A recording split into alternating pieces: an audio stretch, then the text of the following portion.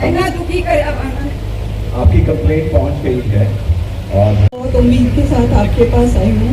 ठीक है, मेरे साथ जितना अन्याय हो रहा है शायद कहीं किसी के साथ नहीं हुआ होगा। सर, मेरा हाउस नंबर 109 में मेरे नाम पे रजिस्ट्री है, पर उसमें मेरे देवर जतेंद्र कुमार जी ने मेरा किराया भी वहाँ से लेना शुरू कर दिया। सर, मैंने स्कूल चलाया था मेरे हस्बैंड ने 110 में। ठीक है सर, वो उसके ऊपर भी कब्जा कर लिया गया है। सर, हम जितनी बार जाते हैं मार खा के आते हैं। सर, मेरी जिंदगी एकदम तबाह हो चुकी है। सर, हम कहीं भी पुलिस के पास गए हैं, सबके पास गए हैं, मेरी कहीं सुनवाई नहीं हुई। सर, हार के मैं एक दिन एसडीएम मैडम के पास गई, मैम ने मुझे पानी पिलाया। मैं सर सुसाइड करने जा रही थी।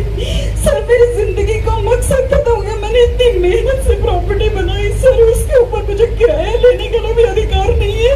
मेरे हस्बैंड ने स्कूल चलाया था, उसके ऊपर ये सारा पिंड मेरे सामने बैठे। सर, सबको पता है ये सारी सच्चाई का।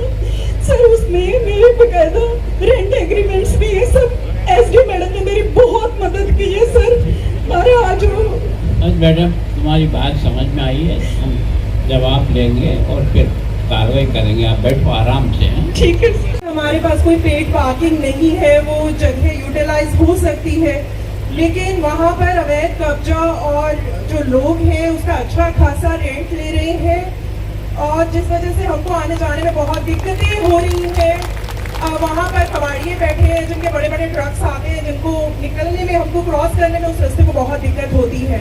और दूसरा, मैं आपको अवगत करवाना चाहूँगी अपने दूसरी प्रॉब्लम से कि जो मेरा घर है अनफॉर्चुनेटली वो बहुत तंग गली में है और वहाँ पर जो लैंडलॉर्ड्स हैं, जो पूरी गली है वो सिर्फ किराएदारों से भरी हुई है और जो लैंडलॉर्ड्स रहते हैं वो बाहर रहते हैं और उनको वहाँ की जो प्रॉब्लम्स है उससे कोई लेना देना नहीं है, उनको सिर्फ किराए से मतलब है। वहाँ पर उन्होंने सिर्फ किराए कमरे पर दिए हैं, वहाँ पर कोई पार्किंग की सुविधा नहीं दी गई है। हमारी गली में अनफॉर्चुनेटली अंधेरा है, कोई स्ट्रीट लाइट नहीं है। वहाँ पर autos, e rickshaw, cycles, bicycles, सारा कुछ रास्ते में खड़ा होता है, जिस वजह से मुझे अपने घर के अंदर जाने के लिए भी लोगों के साइकिलों को अपने हाथों से हटाना पड़ता है और फिर मैं अंदर जा सकती हूँ। और रात को अंधेरों में ऑटो में असामाजिक तत्व पाए जाते हैं। कुछ ऐसे लड़के बैठे होते हैं जिनके लिए मुझे, एक अकेली लड़की को, मैं अपने वृद्ध माता पिता के साथ रहती हूँ, मुझे उस रास्ते को क्रॉस करते हुए डर लगता है because there have no CCTV cameras and there have no street light. और वहाँ पर जो बाउंड्री के जो लैंडलॉर्ड्स हैं वो किसी चीज का कोई भी जिम्मेदारी लेने के लिए तैयार नहीं है। जो लोग हैं वो वहाँ पर कूड़ा फेंकते हैं, तीसरी फ्लोर से नीचे कूड़ा फेंका जाता है और अगर हम इस चीज की कंप्लेंट करते हैं कि ये कूड़ा कौन फेंक रहा है तो वो कहते हैं कि आप हमें बता दीजिए किसने फेंका तो हम इसका समाधान कर देंगे। मैं अकेली लड़की रात को 12 बजे वहाँ बैठकर पहरा नहीं दे सकती कि किसने कूड़ा फेंका। ये जो लाखों में किराया कमाया जा रहा है उनसे, किराए के कमरों से, वो सीसीटीवी फुटेज लगाए, सीसीटीवी कैमरास लगाए और देखा जाए कि कौन कूड़ा फेंक रहा है। उनको खाने गाय आती है, मैं बहुत तंग गली में रहती हूँ, मैं गाय को कैसे साइड करूँ? एक तरफ ऑटो खड़ा है, एक तरफ कूड़े का ढेर है, मुझे सुबह 6:30 अपने घर से काम के लिए निकलना है, मैं निकल ही नहीं पाती हूँ। सो मेरे ये कुछ मुद्दे हैं, स्ट्रीट लाइट है, एमसी लैंड है, इस पर अगर पार्किंग, पेड पार्किंग बना दी जाए तो आपकी बहुत कृपालता होगी। Thank you so much.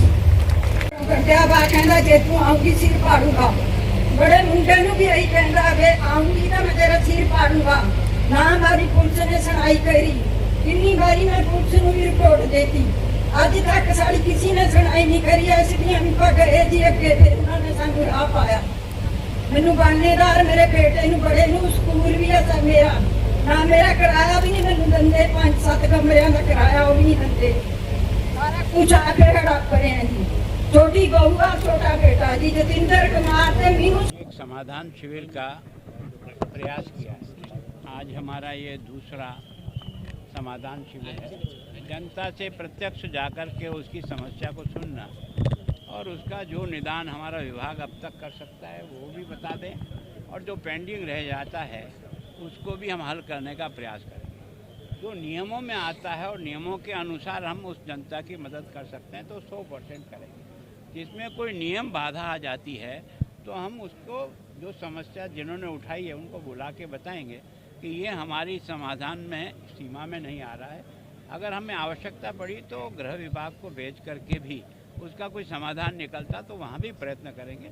पर जनता की समस्या और उसको हल करना हम सब लोगों का एक तरह से दायित्व बनता है। कोई हमारा इनके ऊपर कोई बड़ा वो एक तरह से ऑब्लाइज करने का नहीं है। ये हमारी ड्यूटी है कि उस जनता को जो हमें यहाँ तक पहुँचाती है उसके हर काम में हम जो मदद कर सकते हैं हम करेंगे।